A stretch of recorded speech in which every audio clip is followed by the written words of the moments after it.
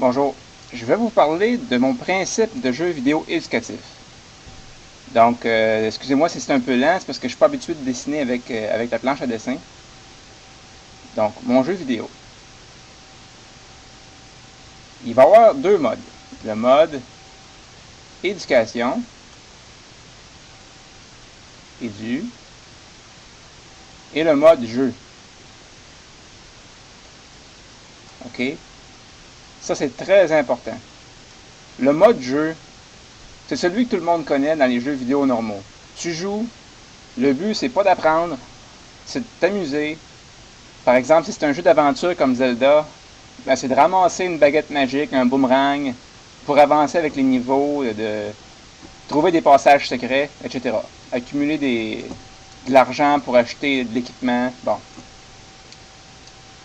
Mais il va y avoir une touche sur le clavier. Par exemple, si on joue avec le clavier, il va y avoir une touche sur le clavier qui va permettre de passer au mode éducation.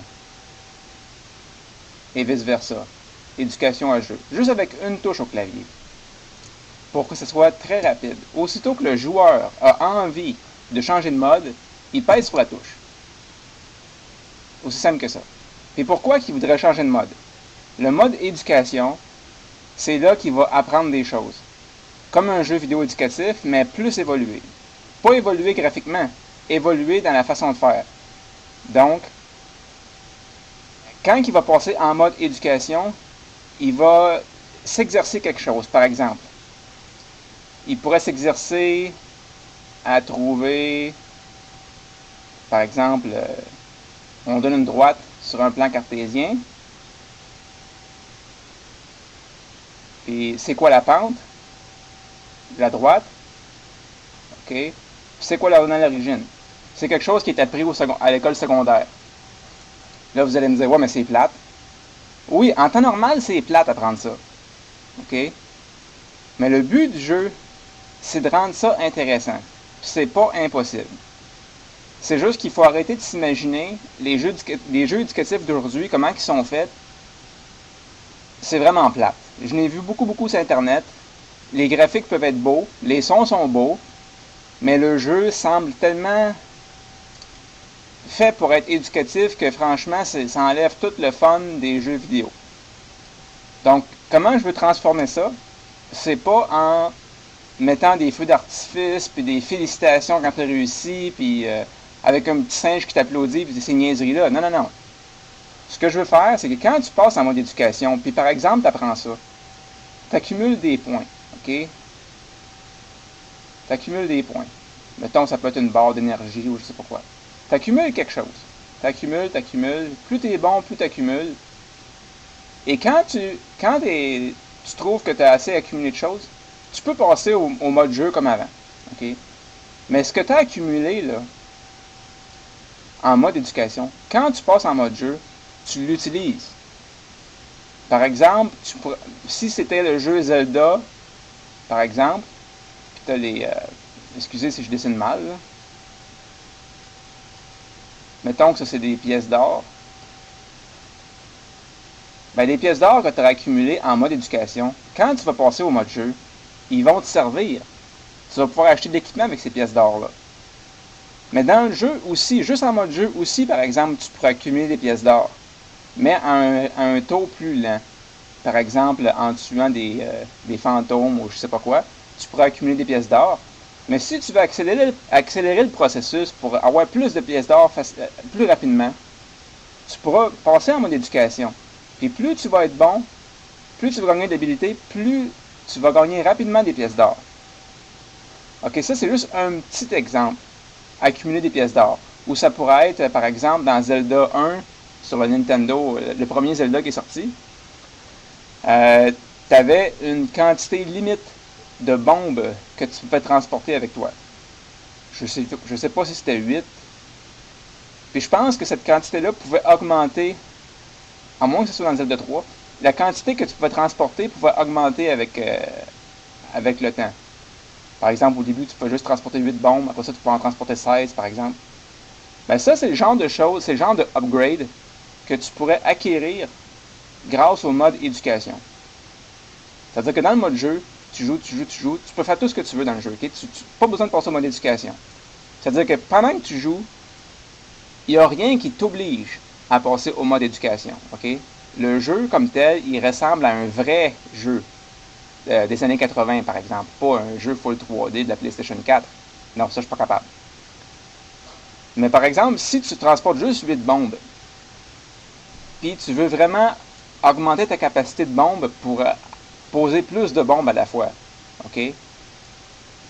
En passant au mode éducation, quand tu vas atteindre un certain niveau, tu vas gagner l'upgrade plus de bombes que tu peux transporter. Là, tu vas être content. Puis quand tu vas revenir au mode jeu, tu vas pouvoir utiliser plus de bombes à la fois.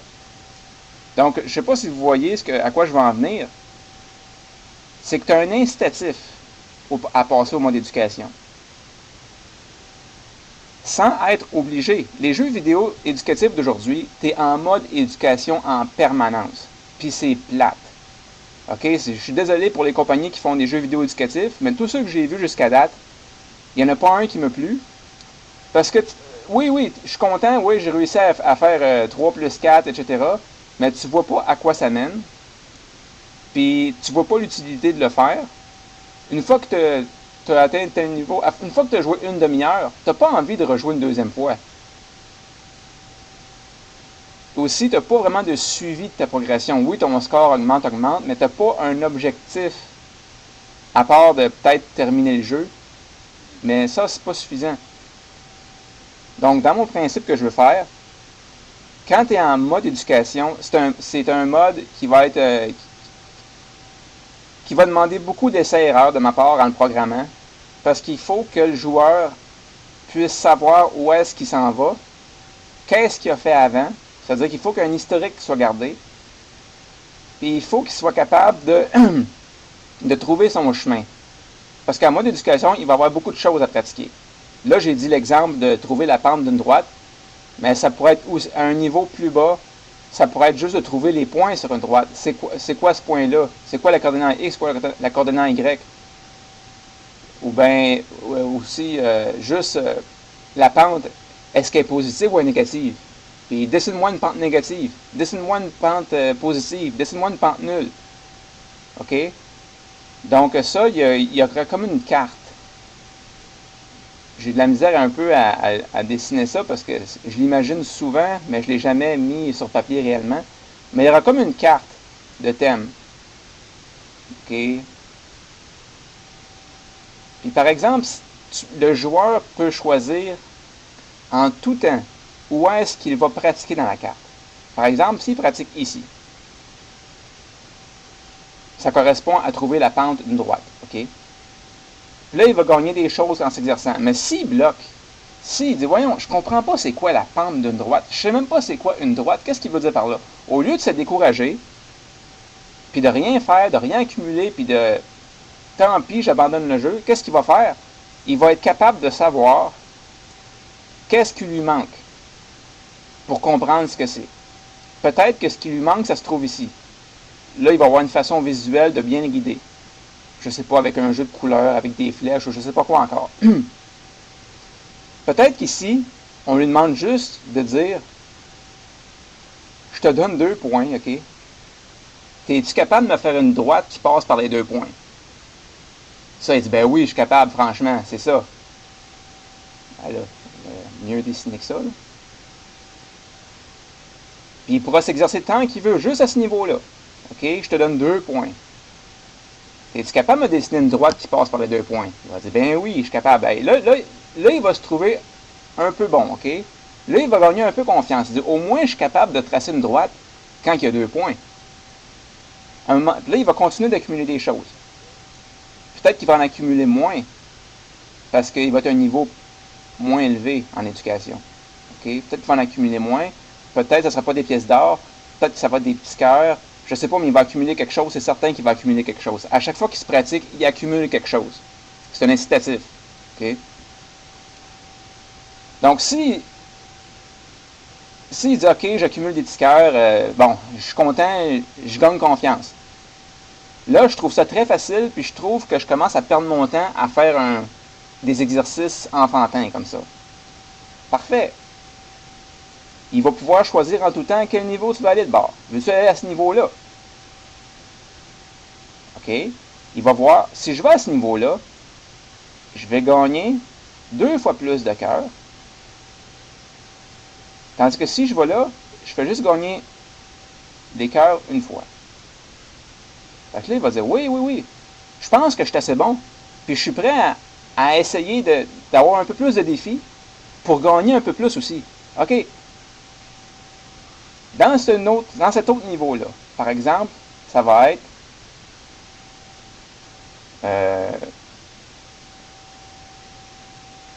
je te donne un point. Je te donne une droite. Mets-moi un autre point sur la droite. Je dis, OK, peut-être que c'est aussi facile que l'autre, mais par exemple, il y a ça. Ben oui, c'est facile, check. Je suis capable. OK, je te le refais encore. Je te donne un point avec une droite qui passe par là. Je te dis, mets-moi un point sur la droite. Là, il va dire, ben c'est facile, check. Là, ah, t'as une erreur. Bon, bon, bon, bon, bon. Qu'est-ce qui se passe? Ben, ça montre que t'as pas compris quelque chose, OK? Là, il serait capable de se rendre compte, oh, ça veut dire qu'une droite, c'est ça. C'est ce qui est continu. Là, il va comprendre le principe de droite. OK? Ah, fait que la prochaine fois, il va le savoir. La prochaine fois, il va tout le temps le réussir. Bon, OK, c'est très, très facile. J'ai compris c'est quoi une droite. À force d'expérimenter, j'ai compris qu'une droite, il y a tout le temps 2 points passent par seulement une droite. OK? Un autre exemple, ça pourrait être, je te donne un point, ici, puis il y a un autre point qui est à la même place. OK? Il y a combien de droites qui passent par là? Ben, il va te dire, ben, il y a une erreur. Il y a une infinité. Il y a une droite comme ça, comme ça. Là, il va comprendre le principe. Ah oui, il faut que les 2 points soient différents pour qu'il y ait une droite. OK? Là, vous voyez le principe, mais pendant ce temps-là, pendant qu'il pratique, il va tout le temps accumuler quelque chose. OK? Là, il va avoir un graphe dans le temps qui va montrer ce qu'il a accumulé dans le temps pour qu'il puisse se voir évoluer.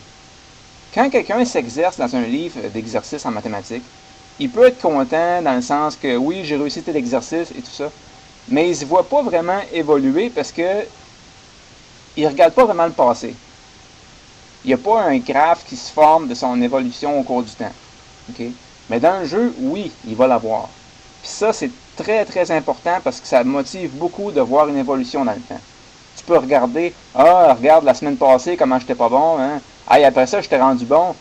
Puis là, regarde comment je suis. Là, il gagne confiance, OK? Donc, ceci étant dit, il était dans la carte pour apprendre ces choses. Il est rendu ici. Mettons ici, c'était rendu des petits cœurs, mettons, x5. Là, il est content. Bon. Quand il veut, il repasse en mode jeu. Là, en mode jeu, ça lui ouvre plein de portes. À cause qu'il s'est pratiqué en éducation, quand il est en mode jeu, peut-être qu'il y a des portes dans des donjons qu'il est capable d'ouvrir maintenant parce qu'il a réussi à avoir une clé spéciale. Par exemple, il y avait une clé spéciale ici qu'il fallait atteindre tel niveau pour avoir cette clé spéciale-là. Dans Zelda, ça serait la Master Key. OK? Là, il est content. Vous voyez le principe, c'est ça. On garde l'historique de la progression point de vue éducatif. Quand il sauve sa partie, l'historique d'éducation est sauvé aussi. Et les exercices peuvent être progressifs. Le joueur va choisir qu'est-ce qu'il pratique et quand. Puis en sachant à quoi ça sert. Comme là, en pratiquant les mettre des points sur une droite, il sait que ça sert pour plus tard, pour ce niveau-là, qu'il y a de la difficulté. De cette façon-là, il apprend à utiliser des stratégies pour son étude. Et ça favorise aussi sa métacognition. Ce que l'école traditionnelle défavorise beaucoup, c'est la métacognition. Là, je n'ai pas le temps de vous expliquer c'est quoi, mais en éducation, la métacognition, c'est quelque chose de très, très important. Puis je veux faire que le jeu puisse développer chez le joueur, chez l'étudiant, ses habiletés métacognitives. Donc, merci beaucoup pour votre écoute, puis je ferai d'autres vidéos éventuellement.